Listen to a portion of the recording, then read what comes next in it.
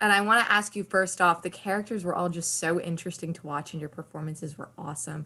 So I want to ask each of you, what sort of preparation did you do to kind of get in the mindset of these characters? Yeah, and then I would say for me, I mean, similar to what Algie said about kind of getting into the mind frame of a parent and getting into the mind frame of a young mother, and just the physical aches and pains of what it feels like to be pregnant. What does it feel like to, how do you sit down? How do you stand up? What does it look like when you sleep?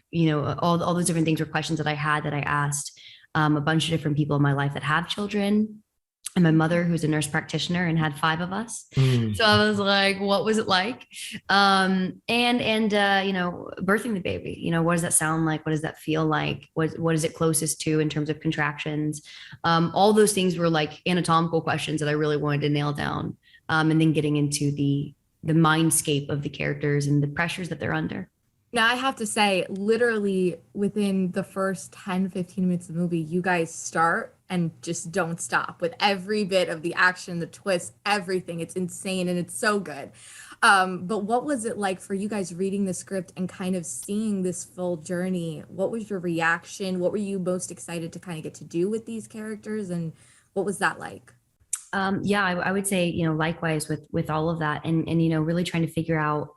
I think one thing that Matt and I really wanted from the beginning is to play a kind of female character that wasn't this, consummate matriarch. She's not this, perfectly glowing pregnant woman that loves her pregnancy and is doing well and can traipse across the mountains for 5 miles but still look beautiful. We really wanted to feel that she's conflicted and she's confused and that she's dealing with a lot of really, really life changing and life altering decisions to make. And we're making them under, 30-second decisions and high pressure situations with a lack of sleep.